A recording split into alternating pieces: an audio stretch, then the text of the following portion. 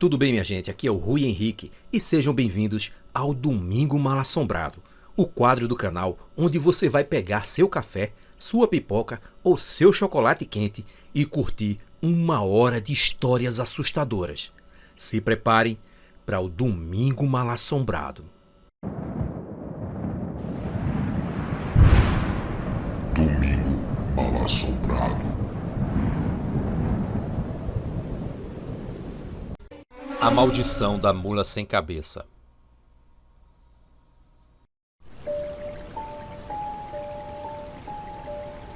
Lá em Xique-Xique, na Bahia, há um certo tempo passado, um jovem padre teve um encontro com a maldita mula sem cabeça.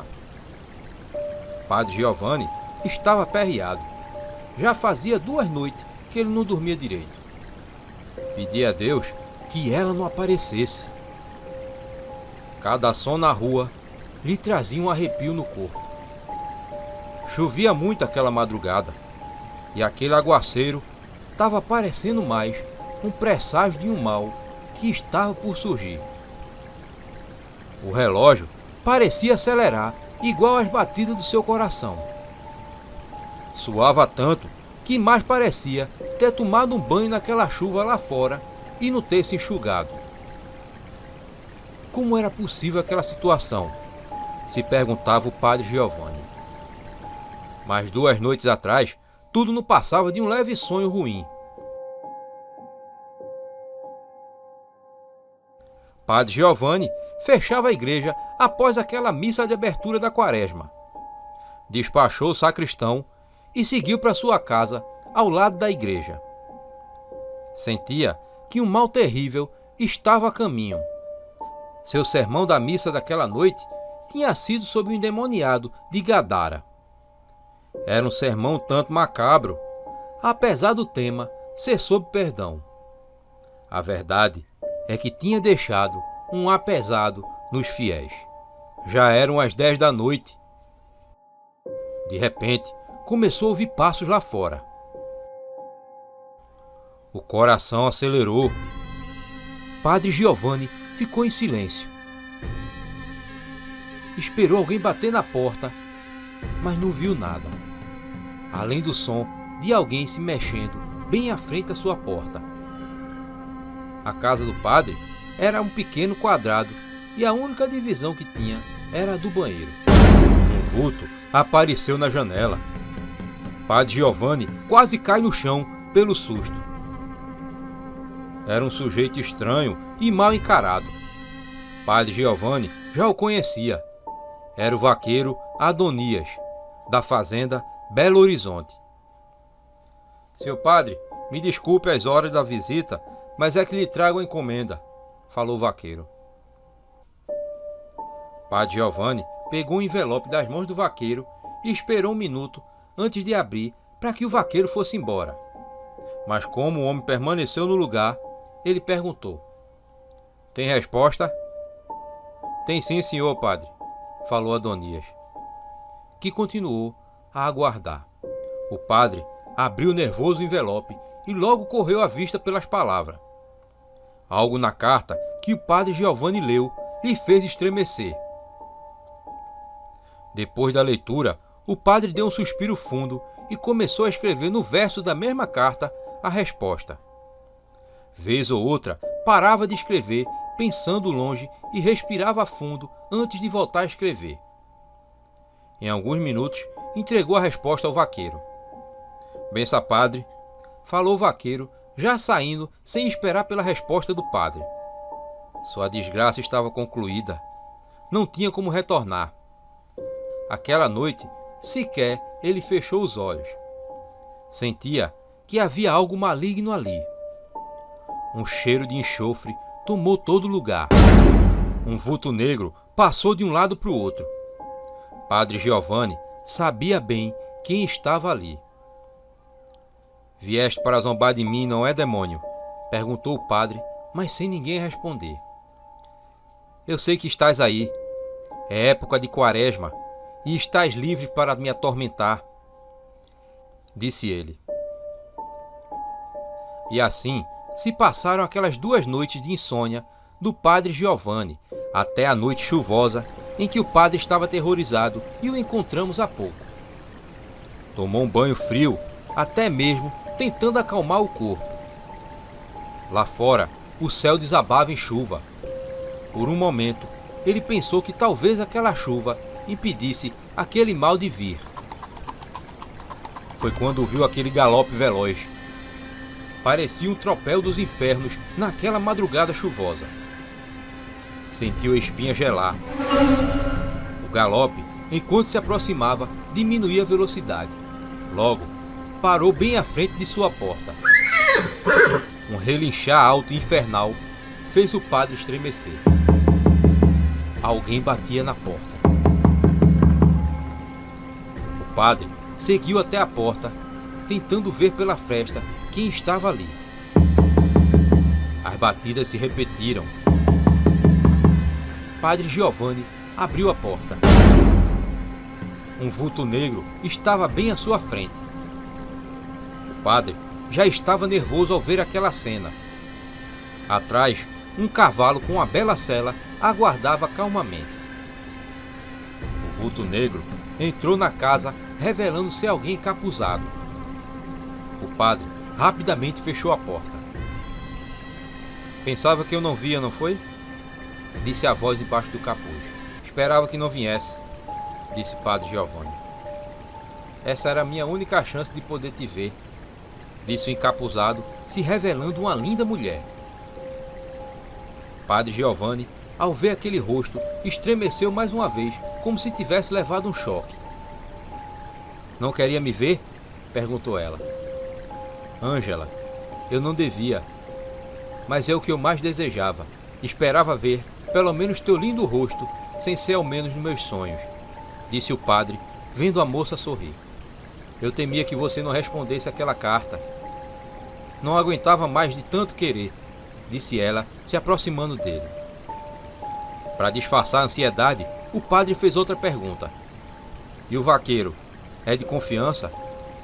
Sim, Adonias praticamente foi criado pelo meu pai. Não dirá uma palavra sequer. Inclusive, ele me aguarda na encruzilhada para voltarmos à fazenda, disse ela. É isso que você quer mesmo, Ângela? Perguntou o padre Giovanni, demonstrando nervosismo na voz. É o que mais quero, disse ela. E seu marido? Perguntou o padre. Monteiro saiu hoje cedo para levar uma encomenda e, como disse na carta, só volta em 2 dias. Essas 2 noites seremos só eu e você, disse ela. Padre Giovanni ainda estava tremendo quando Ângela se aproximou dele. Não há por que se preocupar, meu amor, disse ela, o beijando. Antes da barra do dia quebrar, foi que Ângela saiu da casa, encapuzada, montou no cavalo e seguiu para a encruzilhada, onde o vaqueiro Adonias a aguardava para voltarem para a fazenda Belo Horizonte. Depois que Ângela partiu, Padre Giovanni ficou pensativo. Naquele momento, ele percebeu que tudo o que tinha se dedicado estava acabado. Anos e anos de uma vida de ordenação sacerdotal e celibato foram por água abaixo. Há alguns meses atrás, na igreja, apareceu aquela bela mulher. Ângela era a esposa do fazendeiro da fazenda Belo Horizonte. Ela tinha prometido voltar na noite seguinte. Padre Giovanni decidiu que não sairia de casa naquele dia. Se sentia sujo e pediria ao sacristão que avisasse a todos que tinha amanhecido indisposto. Sabia que passaria o dia todo apreensivo como tinha sido o dia anterior. Na noite daquele dia, Ângela se preparava para sair em sua segunda aventura noturna escondida. Colocou as crianças para dormir e as deixou sob os cuidados de Dona Sula, a velha empregada da fazenda. Perto da meia-noite, saiu encapuzada e na porteira, Adonias a esperava, e juntos seguiram. Quando chegaram na encruzilhada, Adonias percebeu que Ângela estava parada. Logo, ela começou a se debater e caiu do cavalo. Mas quando Adonias foi socorrê-la, percebeu que ela estava se virando num bicho. Foi quando, de repente, o rapaz viu surgir aquela labareda de fogo. Quando Adonias percebeu, estava ardendo em chamas. A mata silenciou naquele início de madrugada. Padre Giovanni aguardava ansiosamente pela amante. Aquelas 2 noites poderiam ser as únicas em que teria a chance de ter aquela bela mulher em seus braços. De repente, se ouviu o som de galope apressado vindo em direção à casinha. Logo, o barulho parou. Padre Giovanni esperou ela bater na porta. Mas nada aconteceu.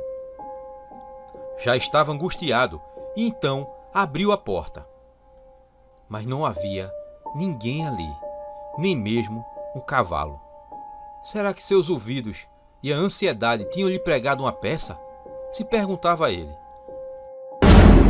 De repente, viu surgir aquela criatura diabólica. Era uma burrinha de padre, também chamada de mula sem cabeça. Padre Giovanni percebeu que a lenda de Portugal era mesmo verdade. Ângela tinha sido amaldiçoada por sua culpa, e agora a burrinha vinha para lhe cobrar a sua parte da maldição. Padre Giovanni correu em direção à mata, mas antes que ele chegasse ao meio do caminho, aquele ser demoníaco com a cabeça de fogo lhe apareceu bem na frente. Naquela madrugada, encerraram-se seus pecados de padre junto com sua vida. O ataque da mula sem cabeça.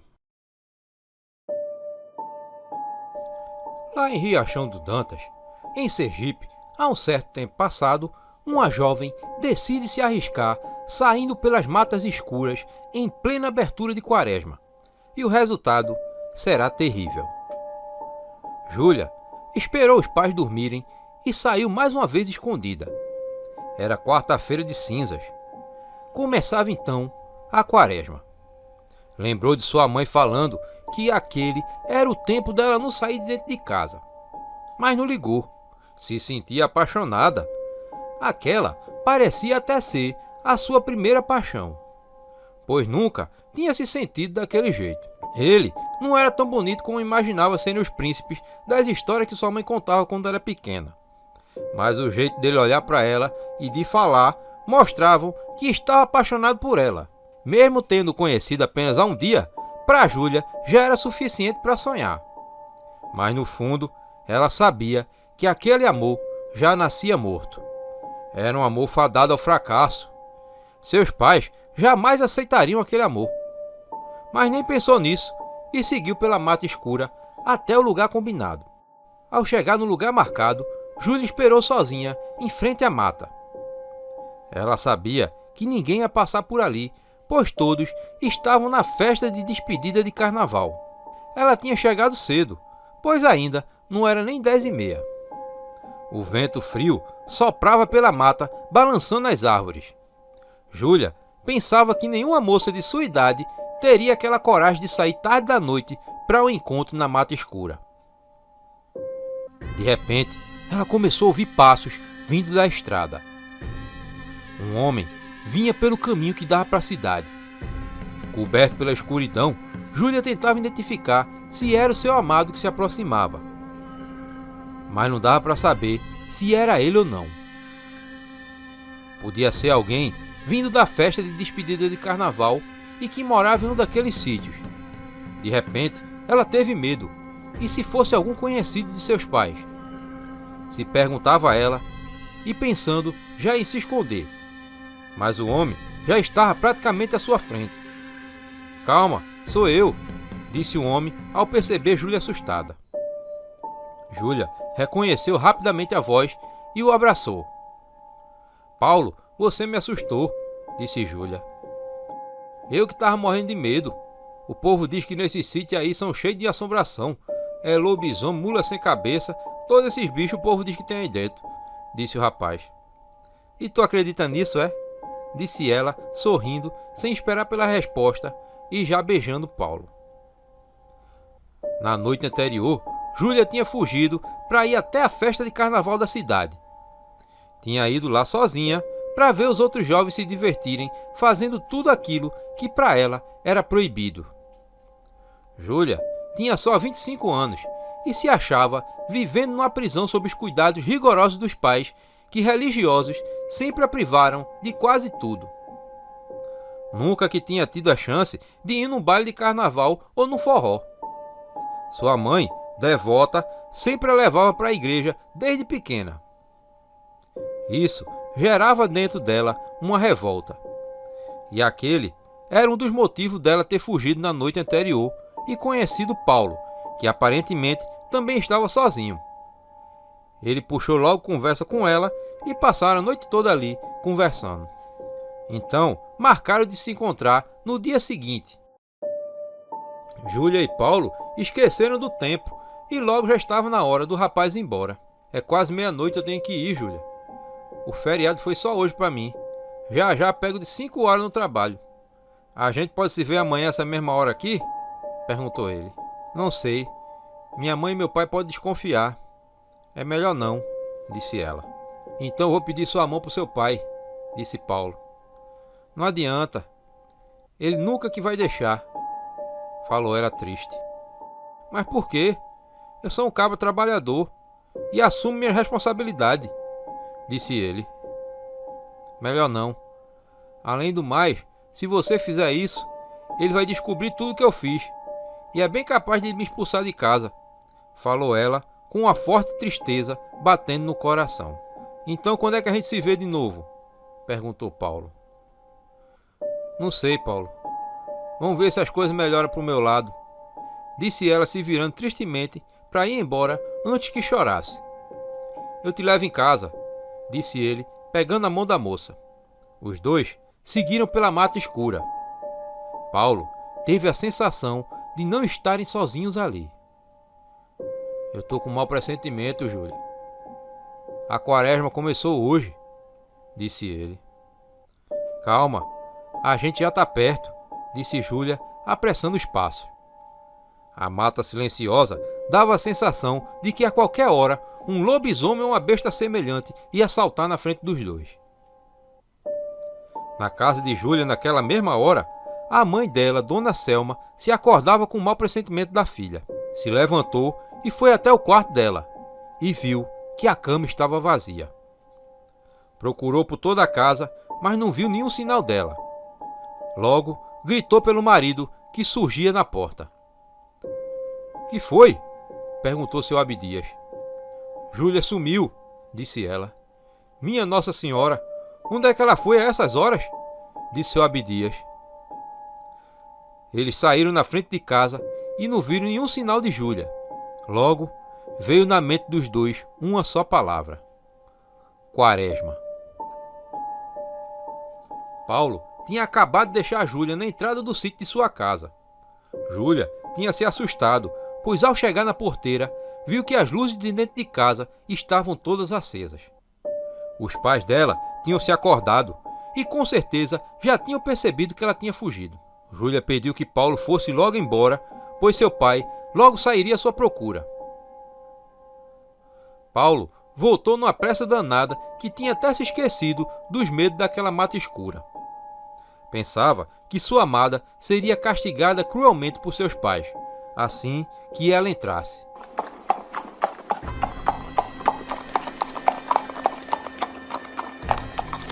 Ouviu um som de galope de cavalo, vindo de dentro da mata. O coração dele logo acelerou.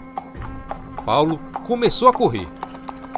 Talvez fosse o pai de Júlia que vinha no encalço dele para pegar o homem que havia desonrado sua filha. Mas o que viu foi uma claridade de fogo vindo de dentro da mata. É a burra de padre, disse ele correndo. Mas naquela correria, ele não percebeu um buraco na estrada, onde meteu o pé nele, caindo já no chão. Paulo tentou se levantar, mas foi justamente nessa hora que sentiu uma dor terrível vinda de seu pé. Quando olhou para a perna, viu que o pé havia se quebrado, e era possível até mesmo ver o osso saindo pela carne. Era uma dor danada que ele sentia naquele momento. E agora, se perguntou ele, foi quando viu à sua frente aquele ser com cabeça de labareda de fogo. A burra de padre, também chamada de mula sem cabeça. A criatura deu 2 voltas sobre ele e por onde passava derramava uma língua de fogo ao redor de Paulo. O grito de dor de Paulo, sendo queimado pelaquele fogo, ecoou por toda a mata. No terreiro da casa de Júlia, o pai dela, seu Abdias, estava irritado com a filha. Como ela pôde sair de noite, Selma? Ainda mais em tempo de quaresma, perguntava ele. Deus tenha misericórdia de quem anda por essas estradas à noite, disse Dona Selma. Eu já tinha deixado tudo pronto para ela não poder sair daqui, dizia ele, pegando uma corda com 7 nós. A corda deveria ser amarrada em uma árvore com a faca virgem fincada. Com os 7 nós, seria amarrado no pé da moça antes dela virar em mula sem cabeça. Os pais da moça entraram em casa, pois não havia mais nada que pudessem fazer. Quando o dia amanheceu, seu Abdias encontrou a filha e a levou para casa. Júlia, embora na forma de uma besta, se lembrava de tudo que tinha feito. Mas nada que ela pudesse fazer impediria a morte de Paulo. Não era costume dela se transformar em madrugada de quarta para quinta. Mas como era quaresma, tudo havia sido mudado. Ela não tinha domínio do corpo naquela forma. A notícia de um homem que havia saído da festa de despedida de carnaval e tinha morrido queimado na mata logo se espalhou por toda a cidade. Júlia chorou amargamente sua sina. Nunca que poderia amar alguém. Sempre seria aquele final dos homens por quem ela se apaixonasse. Era aquela maldição que recebera por seus pecados.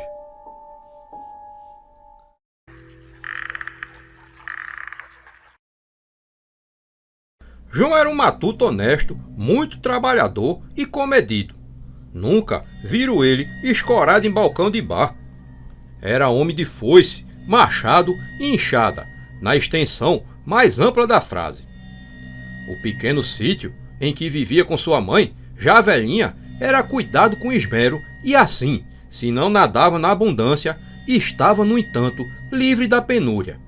Além disso, João era um rapaz forte, sadio, sem pretensões a grandezas e glórias futuras, e, sob o ponto de vista do saber humano, satisfazendo-se com os escassos conhecimentos empíricos, adquiridos na labutação da lavoura e da criação de animais domésticos. Afilhado de estimação do coronel Fonsecão, chefe político respeitado, que sempre estava com o governo, colocado em tão favoráveis condições, o nosso matuto podia ser um homem feliz. Mas João era moço, contava 23 anos apenas, e uma circunstância impedia que sua aventura fosse completa.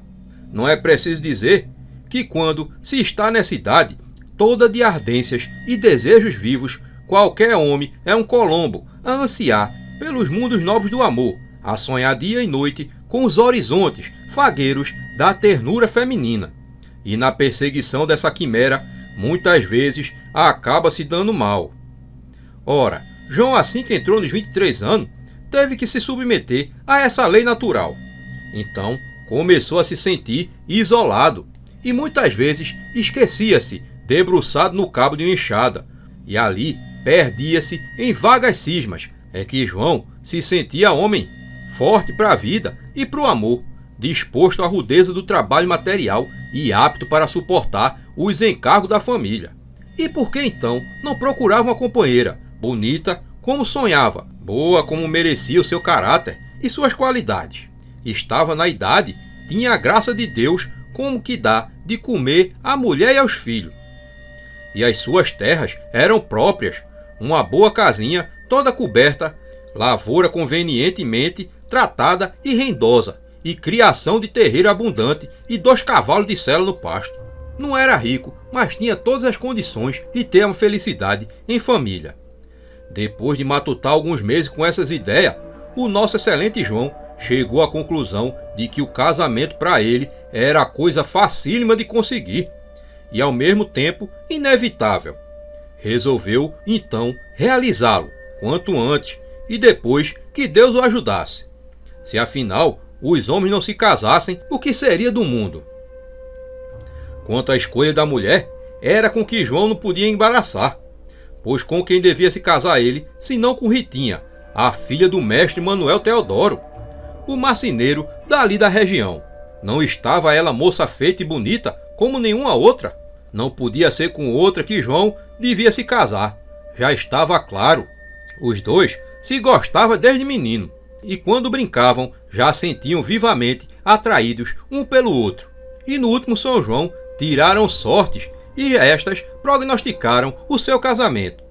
Do seu amor estava certo, não havia por que hesitar, seria Ritinha, a sua mulher. E tendo assentado nesse ponto, ele correu logo para pedir a moça ao velho Manuel Teodoro.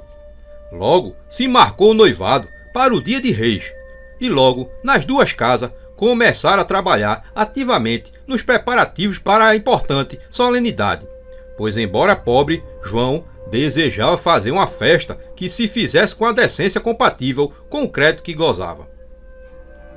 Faltava apenas algumas semanas para chegar o dia de Reis, pelo qual o nosso matuto suspirava, contando dia por dia, quando sobreveio um acontecimento que determinou a alteração completa dessa história. Morrera o velho vigário da região, bom homem, geralmente estimado na freguesia, e íntimo amigo do futuro sogro do nosso João, o pai de Ritinha. Era Manuel Teodoro quem arrumava a igreja nos dias festivos, e Ritinha quem cuidava da lavagem e engomação das toalhas. Para substituir o falecido padre, foi nomeado pelo bispo o padre Salústio. Esse, com 15 dias depois dos funerais de seu antecessor, já chegava ali na região. Era um homem moço, ainda com cheiro de seminário. Tinha feições regulares, pele branca, olhos negros e cheio de vivacidade. Pela influência que gozava sua família junto ao bispado, isentara-se da posição pouco invejável de coadjutor, e apenas recebera ordens, conquistara o lugar de padre naquela região. Aliás, bastante rendosa. Foi o padre Salústio, ou antes, as suas mãos finas e pequenas, e todas outras suas graças físicas, que criaram o pequeno romance do que nos ocupamos, aliás, da verídica história autenticada por testemunho suspeito do ancião que me referiu, o João André, antigo tropeiro das estradas desse sertão. 3 dias depois que o padre Salústio se estabelecera naquela região, recebeu ele a visita da graciosa Ritinha, filha do marceneiro Manuel Teodoro e a mulher prometida a nosso amigo João. Ritinha era mulher realmente formosa, de estatura regular, era enxuta de carnes e de formas corretas, seio farto sem excesso, cintura delgada, anca fornida, braços bem dispostos, mãos e pés pequeninos. Os olhos eram pardos, pouco brilhantes, mas doces, os lábios cheios e o nariz bem feito, e de uma delicadeza e brilho de seda frouxa. Ritinha vinha em nome do pai cumprimentar o senhor vigário, e ao mesmo tempo fazer-lhe a entrega de umas tantas toalhas bordadas de altar, que ficaram em seu poder ao falecer o antigo vigário. O padre Salústio agradeceu muito a fineza da jovem e entrou com ela em demorada conversa sobre a sua família e do rapaz com o qual ela ia se casar. O padre pediu a ela que continuasse com seu encargo, com o que tinha junto a seu pai com a igreja. Desde o primeiro momento, Salústio ficou deslumbrado pela beleza da moça, pois embora sacerdote e preso à castidade por juramentos solenes, era muito moço ainda e de temperamento bastante vivo.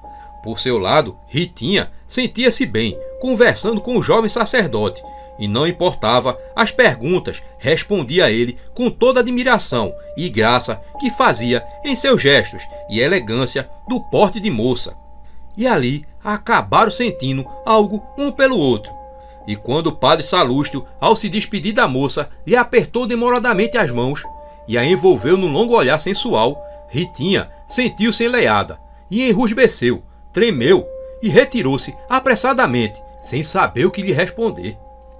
Durante todo o dia em que teve lugar essa cena, Ritinha não arredou o padre Salústio um só momento da imaginação. Rememorava-se mentalmente, uma por uma, todas as palavras e o jeito com que o padre ia lhe falando. Sobretudo, tinha-lhe causado a vivíssima impressão do sorriso do padre salustiano, tão cheio de encantos e de fascinação. E à noite, vindo visitá-la, João, sem saber porquê, sentiu-se mal. Como que a presença do rapaz não fosse bem-vinda para a moça. Pela primeira vez, achou o noivo inferior, grosseiro demais no falar e nos modos, anguloso nas feições, desajeitado nas formas. Incomodaram-lhe até as atenções carinhosas do pobre rapaz e causaram-lhe enfado as suas conversas. Para evitá-lo, ela inventou que estava com a dor de cabeça súbita e se recolheu logo ao quarto. Então ela se deitou, mas não adormeceu.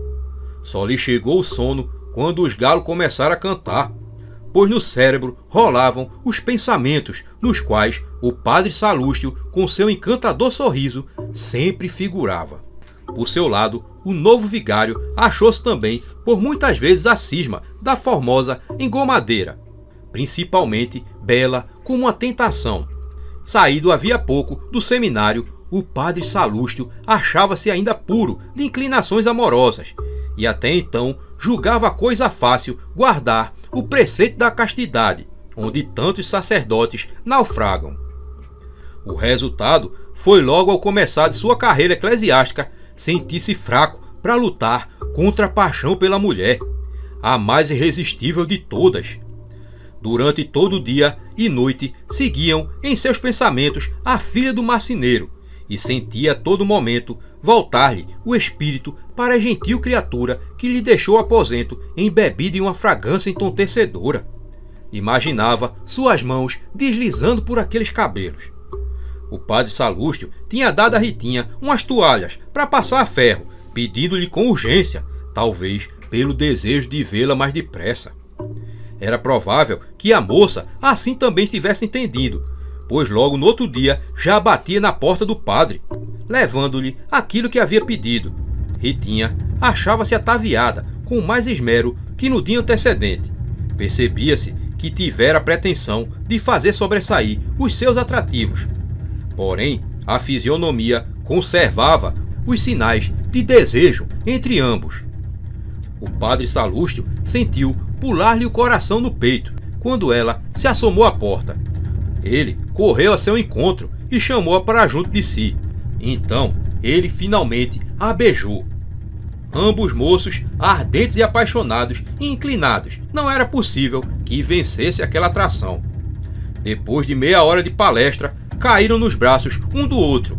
Ele ardentíssimo, impetuoso e brutal, e ela nervosa, envergonhada, porém abandonando-se totalmente aos prazeres e aos braços daquele homem. Desse dia em diante, Ritinha se transformou em amante do padre Salústio. Embora recatassem muito suas relações amorosas, foram elas sendo percebidas no fim de alguns dias pelo sacristão. Esse, bom homem, sempre pedindo o mais rigoroso segredo, revelou ele aos amigos. E logo toda a região era sabedora daquele escândalo. Nosso amigo João, porém, continuava alheio aos ditérios do arraial, e todo engolfado na sua paixão e na sua completa ignorância dos fatos, suspirava continuamente pelo dia do venturoso casamento, quando Ritinha seria a sua. Porém, essa situação feliz do nosso amigo não tardaria a desaparecer. Em uma tarde de sexta-feira, João se achava sossegadamente em sua casa. Foi então que lhe apareceu uma velha muito conhecida de toda a região, a tia Rosa, que a função de parteira estendia e reunia as rezadeiras de quebranto, mal olhado, espinhela caída, cobreiro e outros males. Tia Rosa havia se indisposto com Ritinha, por essa lhe atribuía um furto de um pano de altar, e a sua ida à casa de João não tinha outro fim senão esclarecer sobre a conduta imoral de sua noiva.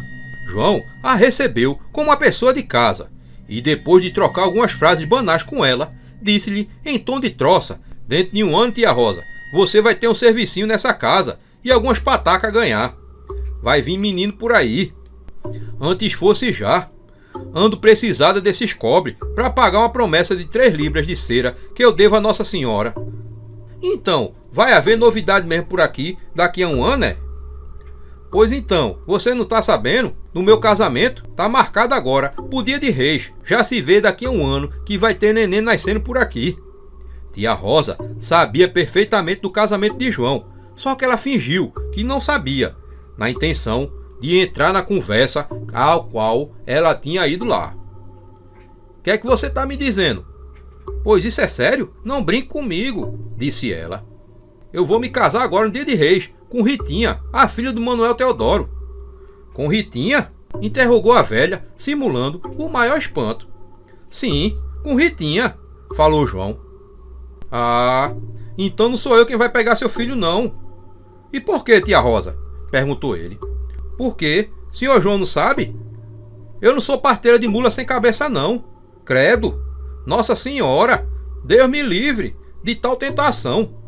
João ficou atordoado com aquele destampatório da mulher. Ritinha é mula sem cabeça?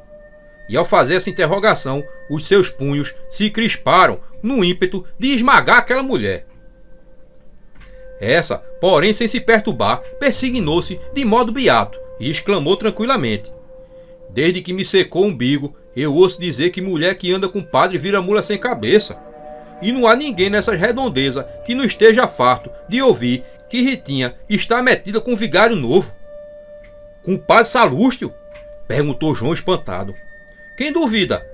Seu Juca, sacristão, viu os dois se abraçando e se agarrando, dentro da igreja mesmo. Veja só que sacrilégio. E mais, saindo da casa do padre às 11 da noite, falou a velha. Em seguida, ela discursou longamente sobre o fato e acabou com essas terríveis palavras em seu feroz mexerico. Sua noiva é uma burra de padre, é uma mula sem cabeça. Não olhe mais para aquela descarada, não. Ela tem mais é que apodrecer nos infernos. O tinhoso é que vai rasgar a barriga com a chinela de fogo para castigar os pecados dela e desse padre. Dizendo isso, a mulher se retirou satisfeita por haver realizado a sua vingança, ficando o pobre matuto abancado no coche, como atordoado, a repetir aquelas malditas palavras. Mula sem cabeça, dizia ele. Sentia uma zoada no ouvido, tremiam-lhe as pernas, o coração parecia que ia sair fora do peito. Nesse estado, ele se conservou até cair a noite. Só então arrancou-se de tão pesada agonia e a passos lentos se dirigiu para o centro da cidade. Tinha intenção de averiguar aquele negócio que o afligia. Quem podia dizer que aquilo tudo não era inveja daquela velha, a fim de se vingar de algumas ofensas recebidas por Ritinha, ou simplesmente por ter um espírito de maldade?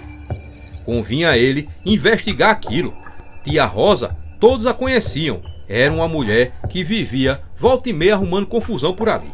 E assim chegou junto à casa de Ritinha, quando soavam 9 horas. A casa estava fechada e pelas frestas não percebia a luz pelo lado de dentro. Manuel Teodoro se deitava cedo, porém Ritinha tinha por costume conservar-se acordada até tarde, quer costurando, quer fazendo renda. Por que então não se via a luz acesa? João abeirou-se a seu quarto e colocou o vidro na frincha da janela e procurou ouvir se ela ressonava. Mas nada. O silêncio era completo. Retirou-se da janela contrariado e continuou a caminhar, sempre avançando para o meio da cidade. A casa do padre Salústio ficava logo na entrada no Largo da Matriz. Era um velho casarão, ainda dos tempos coloniais. Depois de alguns minutos que ali se achava, percebeu dentro dos aposentos 2 vultos. Era evidente que no quarto do padre Salústio estavam 2 pessoas. Uma delas seria Ritinha, a sua noiva? Se perguntava o coração, quase a ponto de estourar-lhe o peito. E resignou-se a esperar. E assim, 2 horas passaram, com extraordinária ansiedade para ele.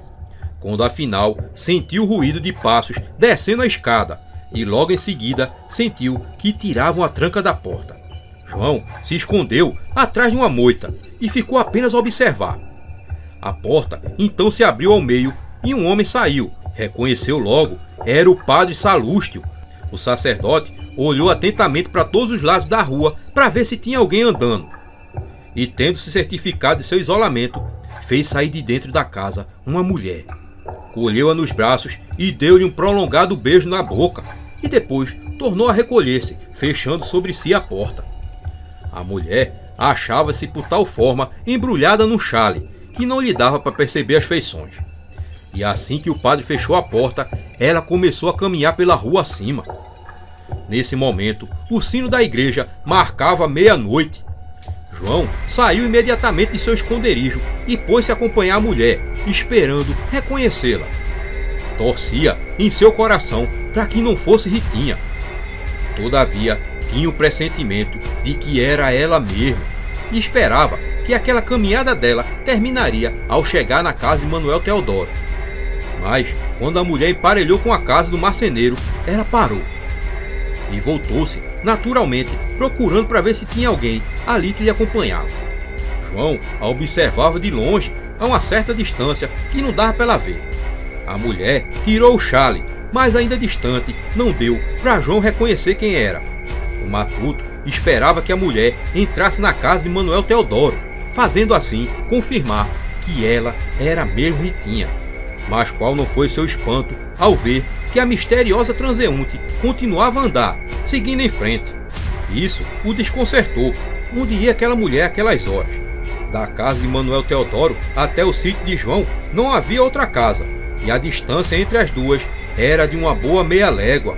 O que iria buscar essa criatura em um sítio tão isolado? Nisso, a criatura chegou a um ponto onde o caminho se bifurcava.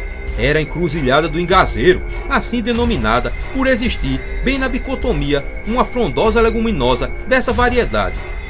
A mulher, embuçada, ao chegar a esse sítio, estacou-se e voltou-se para a direção em que ela vinha. Nesse instante, um suspiro de esperança veio ao nosso matuto.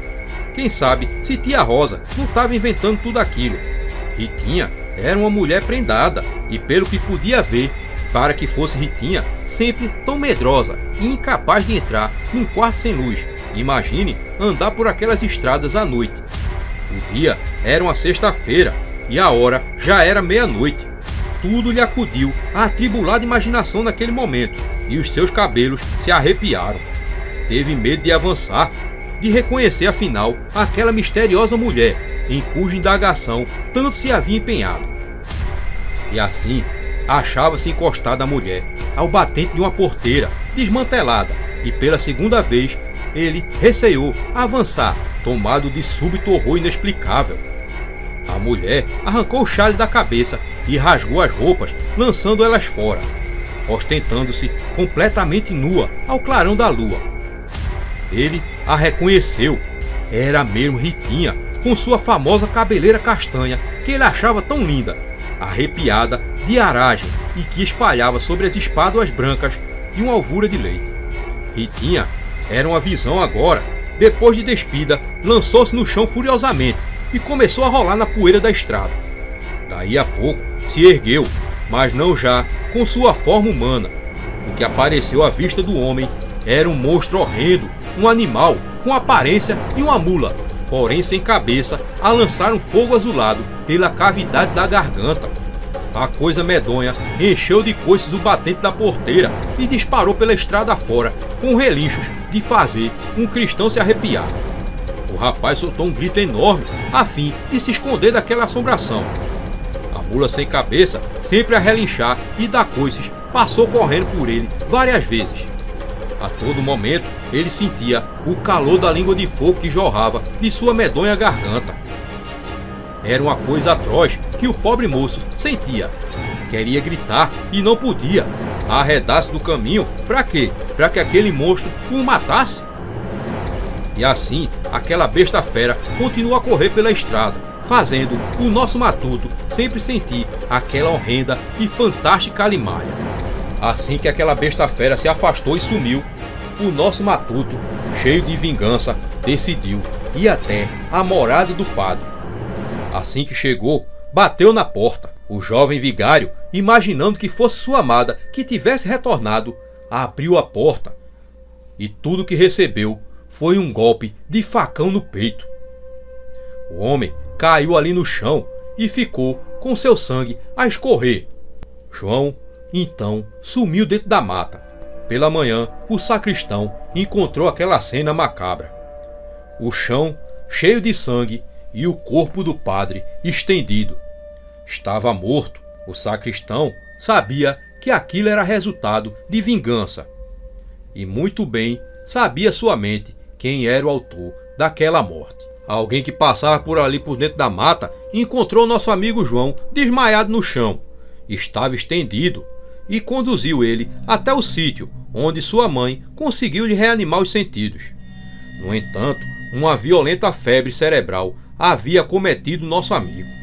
Durante um mês, o infeliz esteve às portas da morte, e quando chegou a levantar-se do leito, estava completamente doido. A doença tinha lhe roubado a razão, que tão rudemente fora maltratada naquela encruzilhada do engazeiro. Era, todavia, um doido inofensivo. Trabalhava regularmente e desempenhava-se em qualquer função que lhe incumbissem. Mas se uma moça se aproximasse dele, o pobre louco entrava na maior aflição e fugia da criatura, como se estivesse fugindo da mula sem cabeça. Claro que ninguém levou a sério o que ele falava. Ninguém imaginou que tudo aquilo fosse mesmo verdade. E devido a esse estado mental, a justiça não pôde lhe pôr a mão. A mãe lamentou a futura vida do filho daquele jeito. Para sempre viveria ele agora sob seus cuidados e medicado de forma rígida. Quanto a Ritinha, a notícia do escândalo fez seu pai a expulsar de casa. Na mesma semana, acabou tirando a própria vida. Não se sabe se pela vergonha que causara à família ou para pôr fim na maldição que lhe fora imposta.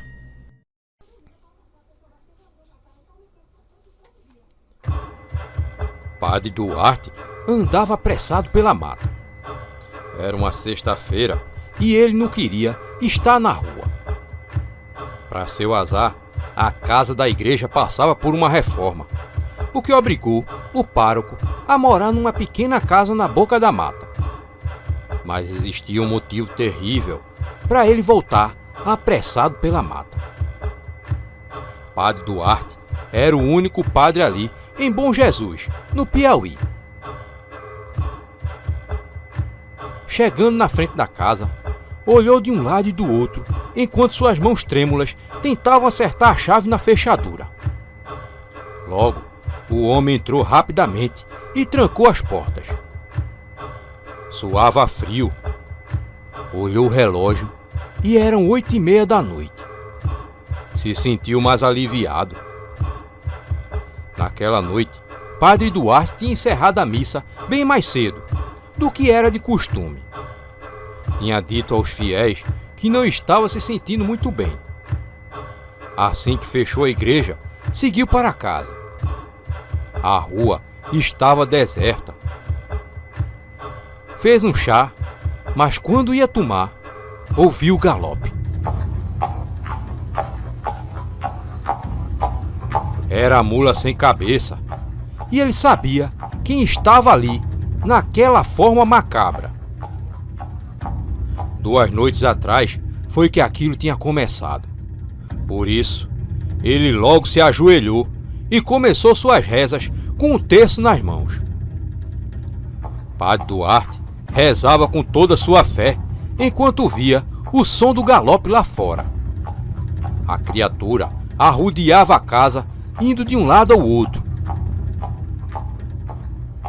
Quanto mais ele rezava, mais aquela besta fera bufava lá fora. Já tinha perdido até a conta de quantos Padre Nossos e Ave Marias tinha rezado. À noite, adentrava a madrugada e a besta furiosa relinchava e continuava a rodear a casa.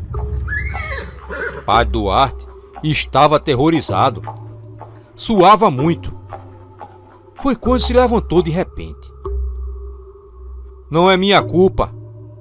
Sou apenas um homem, gritava ele, olhando para o alto. É a lei da natureza, um homem se apaixonar por uma mulher.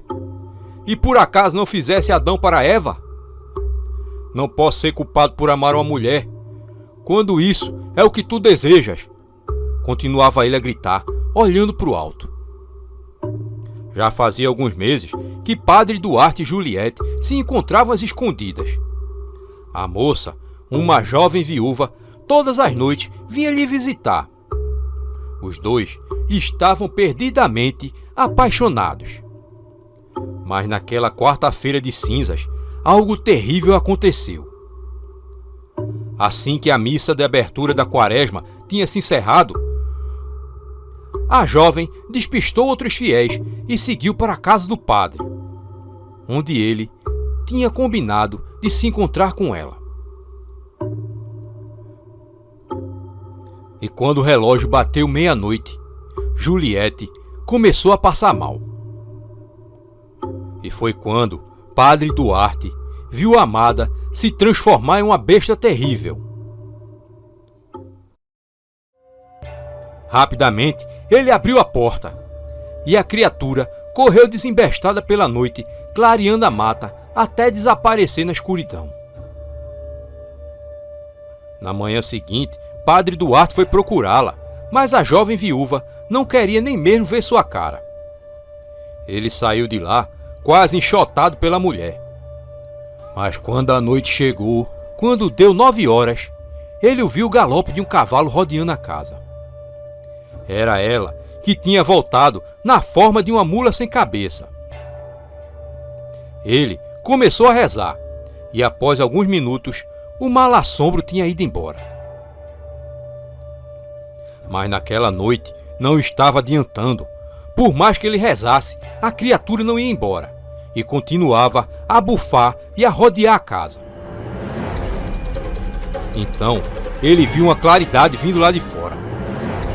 A mula sem cabeça tinha colocado fogo na casa. O homem, desesperado, correu até a porta e viu que as chamas já começavam a invadir tudo. Abriu a porta e saiu correndo. Em alguns minutos, o fogo já tomava conta do telhado. Era possível ouvir a madeira estalando no meio das chamas.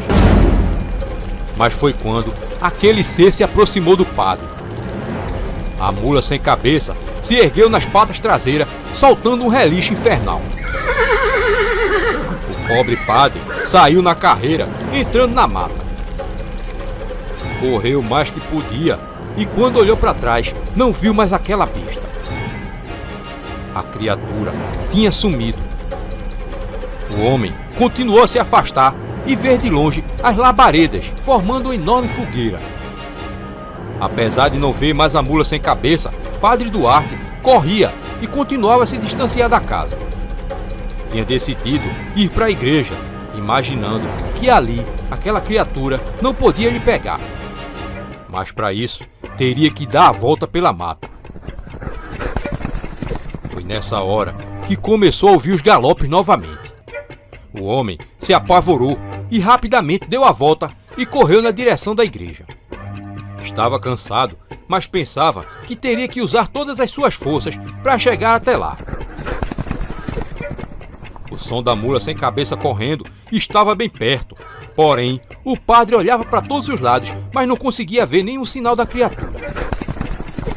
Na igreja, ela não vai conseguir entrar, pensava ele correndo. Corria pela mata e em alguns minutos ele logo chegaria. Mas foi quando a mula sem cabeça surgiu à sua frente. Padre Duarte até pensou em dar a volta e correr, mas não tinha mais forças. Estava exausto. Por mais que tentasse, a mula sem cabeça lhe alcançaria facilmente. Foi quando começou a chorar. Juliette, não sei se você pode me entender. Não sabia que essa lenda de mula sem cabeça era verdadeira. Se soubesse, jamais teria me envolvido com você. Sinto muito pela maldição, mas minha única culpa foi me apaixonar por você. E disso eu não me arrependo, falou ele, diante daquela criatura macabra. A mula sem cabeça, mesmo parada, a todo momento erguia suas chamas infernais cada vez mais alto. A mente de Juliette, talvez perdida naquela forma, parecia tentar compreender o que o padre falava. Não queria que você tivesse esse fim. Queria apenas viver minha vida ao seu lado. Mas o celibato me impede de fazer isso. E foi ele que me trouxe essa maldição, disse o homem. A mula sem cabeça permanecia parada e em silêncio, como se estivesse entendendo o que o padre falava.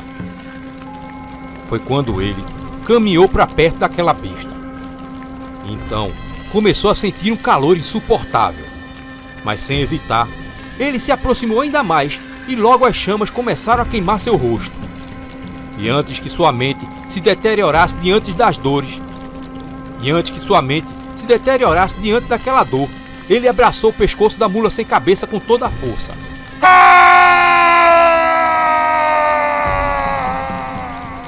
Como se fosse inflamável, logo aquelas chamas diabólicas tomaram todo o seu corpo. O padre caiu no chão se debatendo e soltando gritos terríveis com seu corpo em chamas. Ele queimou por mais alguns minutos até que parou de se mexer. Seu corpo era agora apenas cinzas. Naquela hora, Juliette voltou à sua forma normal. A maldição estava quebrada. A jovem estava livre de se virar naquela besta terrível. Porém, começou a chorar. O caos da possuída. Eram as 8 horas da noite quando Ângela foi se deitar. Não estava se sentindo muito bem e apagou a luz. Fechou os olhos, mas de repente ouviu um assobio no pé do ouvido. Abriu os olhos e pensou que tinha sido sua imaginação. De repente, de novo aquele assobio, e bem pertinho dela. Começou a sentir um calafrio e o tempo começou a esfriar. Ia fechar os olhos para tentar dormir quando viu algo no canto do quarto. Tinha alguma coisa agachada que tentava não se mexer. Na casa, àquela hora, todos já estavam se preparando para dormir. Aquele grito cortou a noite. Dona Isabel foi ao quarto da filha e viu ela branca e desmaiada. Acorda, Ângela, tentava ela acordar a filha. Mandou chamar seu Zaqueu, o marido, que também não conseguiu reanimar a filha. Marcos, o irmão, de longe, a tudo observava assustado. Ela está muito fria, Isabel, falou seu Zaqueu. De repente, ela começou a se debater na cama. Dona Isabel chamava pela filha, mas nada dela responder. Foi aí que Ângela começou a fazer uns sons assustadores. Parecia que falava algo, mas não dava para entender. Dona Isabel continuava chamando pela filha que não atendia. Marcos, vá chamar o padre Caetano, falou seu Zaqueu. Marcos saiu na maior pressa. Padre Caetano se acordou assustado com Marcos gritando seu nome. Padre, o senhor tem que ir lá em casa agora. A Ângela parece que está virando bicho. Parece que tem um mal dentro dela. Padre Caetano, ele estava muito assustado com aquela história. Já era quase umas 8 horas da noite quando chegaram à casa. Tá lá dentro, padre. Ela tá mais calma agora, falou Dona Isabel. Mas foi o padre entrar no quarto para Ângela voltar tudo de novo. Viu que a moça estava com a pele escura, quase preta. Logo ele começou a rezar, bastante assustado. Ele falou para todos ali no quarto: saiam, que eu vou começar o exorcismo. Ficaram do lado de fora apreensivos e de repente tudo silenciou. Logo o padre Caetano saiu. O mal saiu dela, padre? Perguntou Dona Isabel. Ainda muito nervoso, o padre Caetano falou que sim, mas era para deixar ela repousar e não a incomodasse mais ela hoje, porque pela manhã ela estaria melhor. Dona Isabel ficou tranquila e se despediu do padre, agradecendo a ele. Padre Caetano seguiu de volta para casa. Ainda muito nervoso, pelo caminho ele tinha a sensação de que alguém estava o seguindo. Aquela criatura apareceu de repente. Era a mula sem cabeça, que o povo também chamava de burrinha de padre. Me perdoe, Ângela. Eu não queria que esse fado caísse em cima de você, falou o padre Caetano. A moça encantada, na forma de burrinha de padre, permaneceu em silêncio. E de repente, se levantou nas patas dianteiras e com seus cascos afiados, atingiu o padre. E desde esse dia, ninguém nunca mais teve notícias do padre Caetano.